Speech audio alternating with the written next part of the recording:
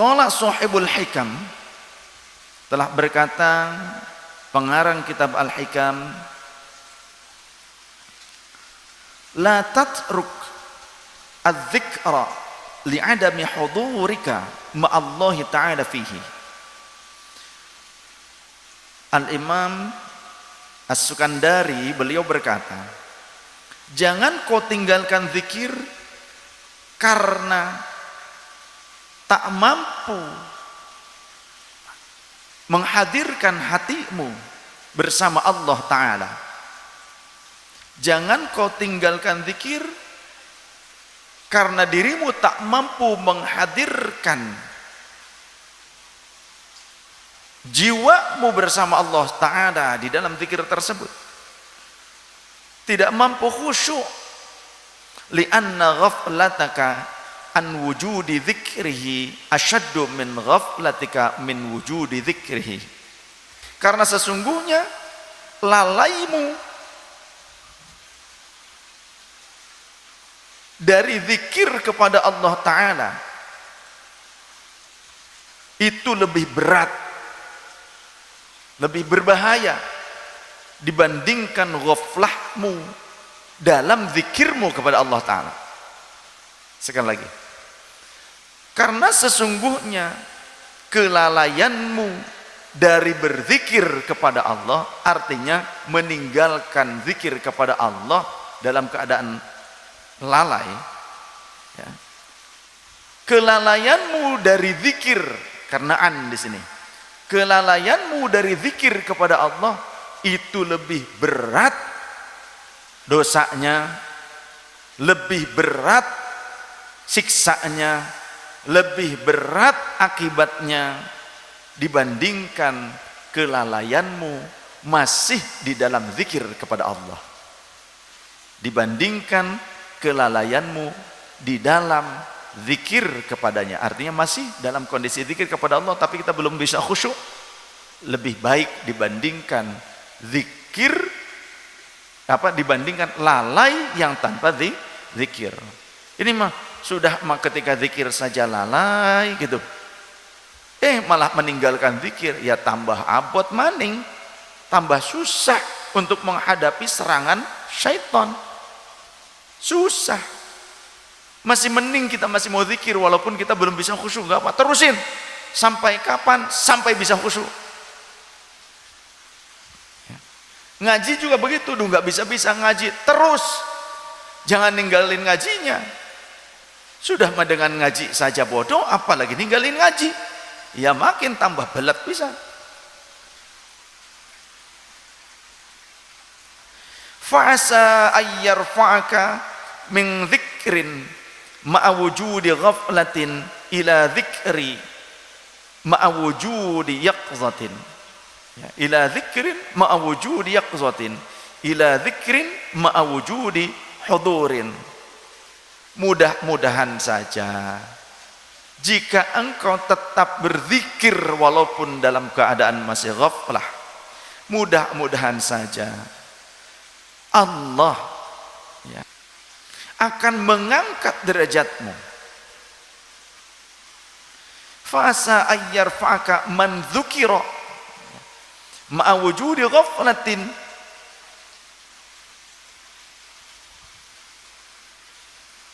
ila dzikrin ma'a wujudi yaqzatin.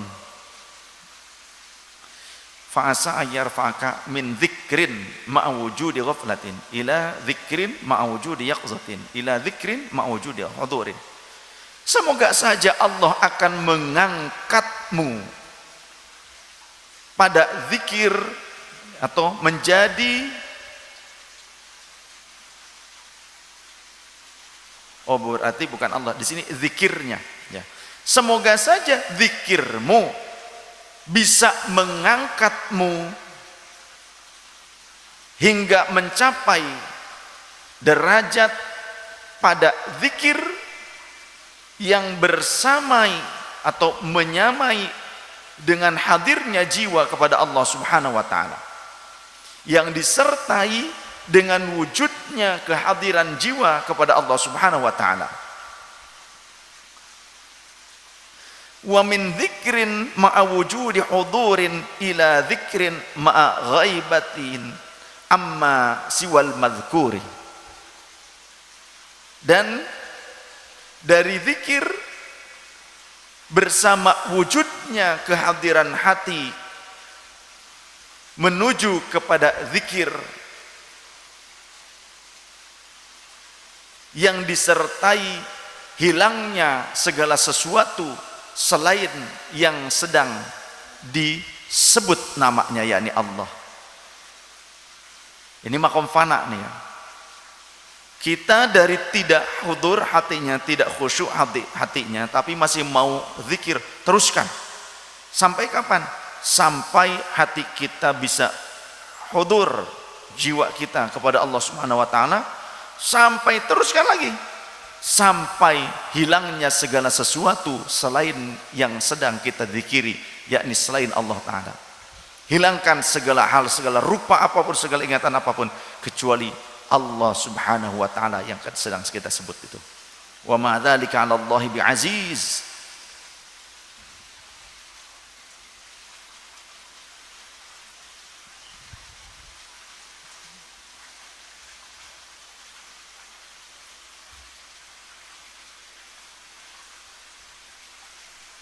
Wa ajma'al qawmu 'ala anna dzikra miftahul ghaibi. Dan para ulama sepakat bahwa sesungguhnya zikir itu adalah kunci pembuka yang gaib. Tapi jangan sampai kita zikir, contoh ikut thariqah, ngamalin thariqah, baru tersingkap kegaiban alam jin, langsung kita wah, merasa takjub dan berhenti di kegaiban alam jin, di tersingkapnya kegaiban jin. Langsung kita berceloteh menceritakan kepada orang lain dengan takjubnya, dengan bangganya, seolah-olah supaya orang lain itu menganggap kita jadi wali jurig.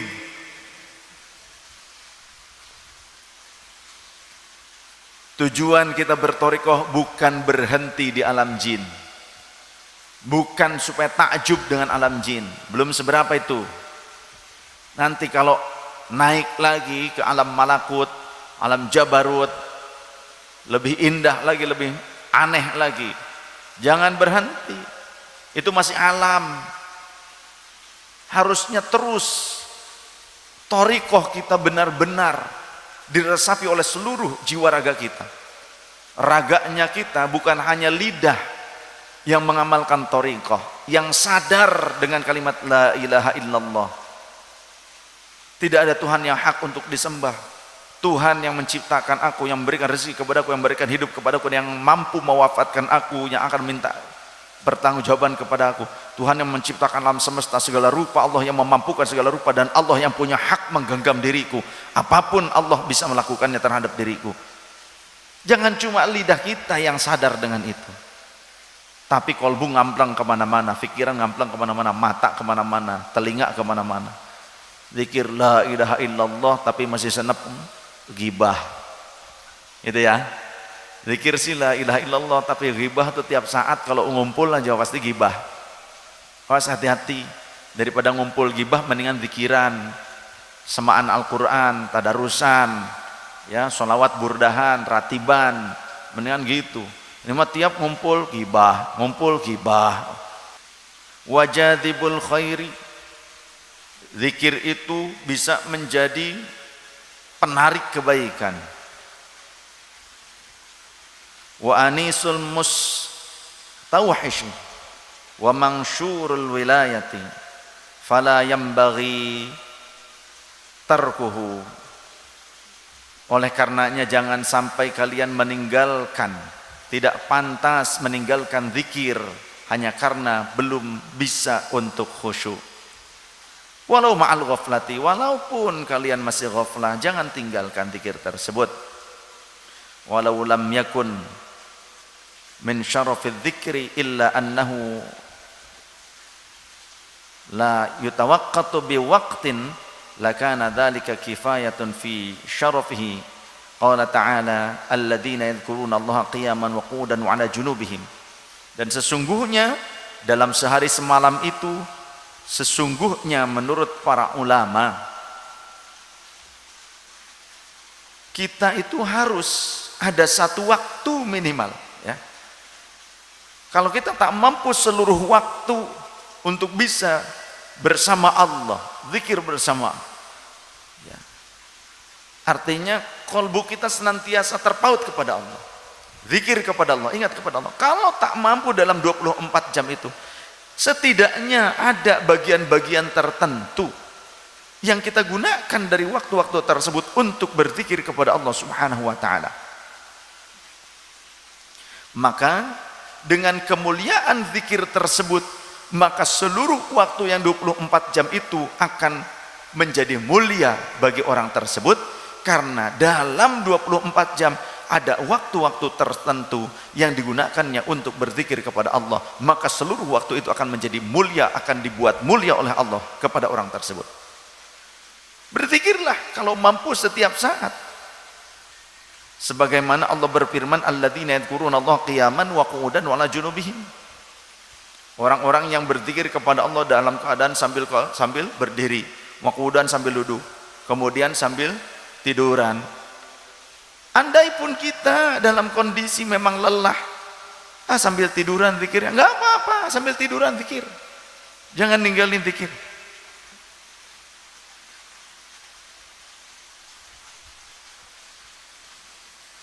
Bahkan Rasul sallallahu alaihi wasallam diriwayatkan oleh Imam Abi Daud, beliau berkata, la an aq'uda ma'a qaumin yadhkurunallaha ta'ala min salatil ghaddi hatta tatlu'u asy-syamsu ahabbu ilayya min an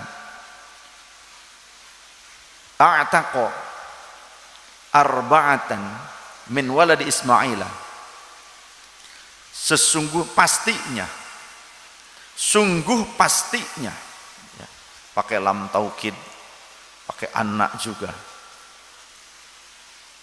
pastinya sungguh aku duduk bersama suatu kaum, artinya bersama orang lain, yadhkurunallaha ta'ala, yang mereka semua berzikir kepada Allah Ta'ala, min sholatil ghaddi, dari mulai sholat subuh, hatta tatlu asyamsu, sampai terbitnya matahari, sampai mulai terang langitnya, itu ahabbu ilayya min an a'taqa arba'atan min waladi Ismaila, itu lebih aku cintai dibandingkan memerdekakan 4 orang anak Nabi Ismail. Andaikan ada putra-putranya Nabi Ismail 4 orang jadi budak belian, jadi hamba sahaya, kemudian dimerdekakan, kata Rasul, duduknya aku bersama suatu kaum dari mulai ba'da subuh sampai terbit matahari untuk berzikir kepada Allah Ta'ala bersama mereka, lebih aku cintai dibandingkan memerdekakan 4 orang anak Nabi Ismail sekalipun.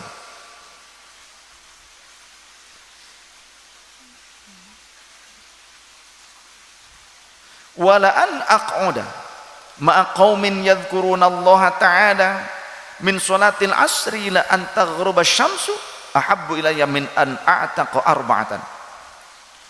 Dan sungguh pastinya duduknya aku bersama suatu kaum yang mereka berzikir seluruhnya kepada Allah Ta'ala, dari mulai sholat asar, ba'da sholat asar sampai terbenamnya matahari, yakni waktu maghrib, itu lebih aku cintai dibandingkan aku memerdekakan 4 orang hamba sahaya yang dimaksud dari kalangan anak Nabi Ismail sekalipun. Al-hadits.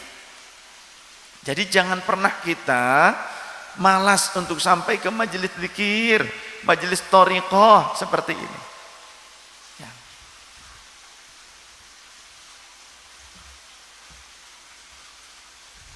Terlebih jika majelis zikir tersebut juga disertai dengan majelis ilmu. Ada di dalam suatu riwayat an Abdullah bin Amr, dari sahabat Abdullah bin Amr bin As, beliau berkata, kharaja Rasulullah sallallahu alaihi wasallam dzata yaumin min ba'di hujarihi.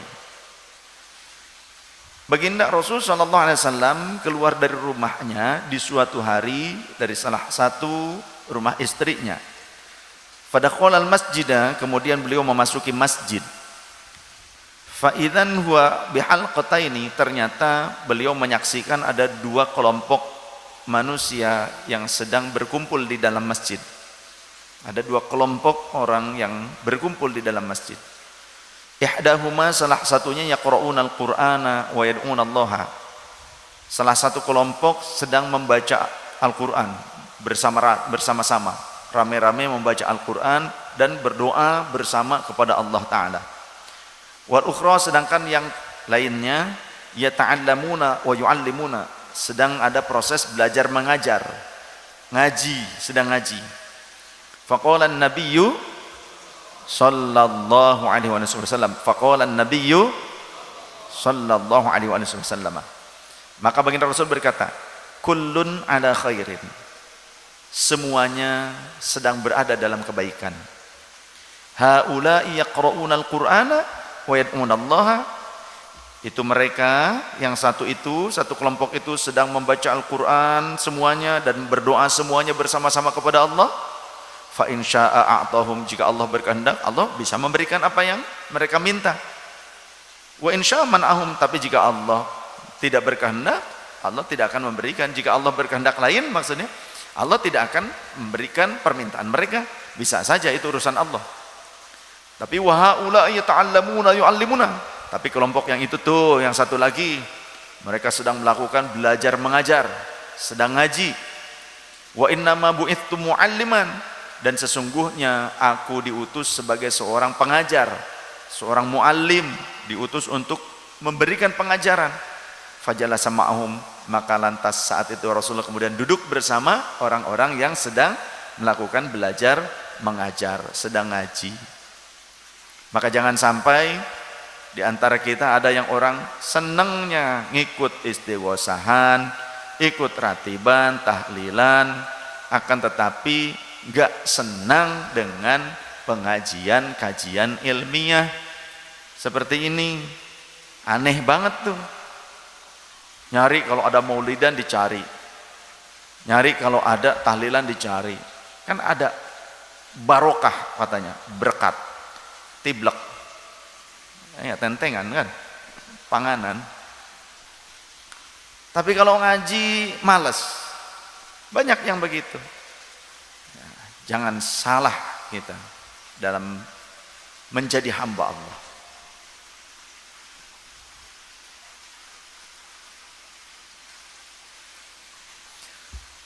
Jangan lupa ketika kita sudah menjadi seorang murid yang oleh Allah dikehendaki untuk menjadi baik. May yuridillahu bihi khairan yufaqihu fiddin. Siapa yang Allah berkehendak kepada seorang hamba untuk menjadi baik, maka Allah akan memfaqihkan dia dalam agama. Maka kemudian dia datang kepada mursyid, kepada guru mursyid, tujuannya ingin belajar, ingin mendapatkan bimbingan yang bersanad, ingin mengetahui apa sih hal yang dicintai Allah dan apa yang dibenci oleh Allah. Dia berupaya untuk meraih cintanya Allah, maka berarti ada chemistry. Allah menghendaki dia baik karena dia juga punya upaya untuk mencari keridhaan dan cintanya Allah, mengerti apa yang dicintai Allah. Maka inilah murid. Jadi murid itu memang orang yang istimewa. Murid itu orang yang istimewa, bukan ujug-ujug orang yang tidak ada upaya. Seorang murid, dia adalah orang yang berupaya. Salaka, melakukan suatu perjalanan, suatu proses, walaupun susah payah. Man salaka, judulnya kan gitu kata Rasulullah, kalimatnya juga. Thoriqon yaltamisu fihi ilman. Siapa orang melakukan perjalanan, proses untuk mendapatkan ilmu, mencari ilmu, sahalallahu lahu thariqan ilal jannah, Allah akan mempermudah dia menuju jalan-jalan surgawi. Ya harus mau datang. Jika ada orang yang ternyata mau ngaji tapi males, kitalah yang punya tugas. Yuk ajak mereka, ringankan langkah mereka menuju majelis kita. Bagaimana caranya? Kita punya kendaraan, ada teman-teman kita, tangga kita, ajak ngaji, yuk ngaji. Aduh nggak ada kendaraan, ya yuk ikut bareng dengan saya, rombongan yuk bareng gitu.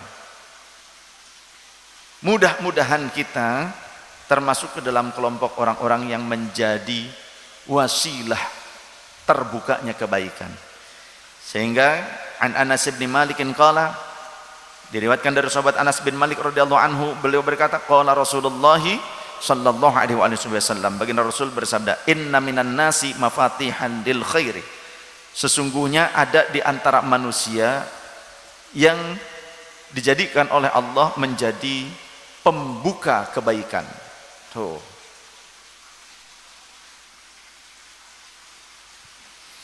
maghaliqal syarri, dan menjadi penutup pintu-pintu keburukan. Wa inna minan nasi mafatihal syarri, ada juga sesungguhnya di antara manusia itu yang menjadi pembuka keburukan, maghaliqal khairi, tapi menjadi penutup kebaikan. Ada yang begitu. Sebaliknya, fatuba liman ja'alallahu mafatihal khairi ala yadayhi, maka beruntunglah bagi orang yang Allah menjadikan dirinya sebagai pembuka pintu-pintu kebaikan ada pada tangannya.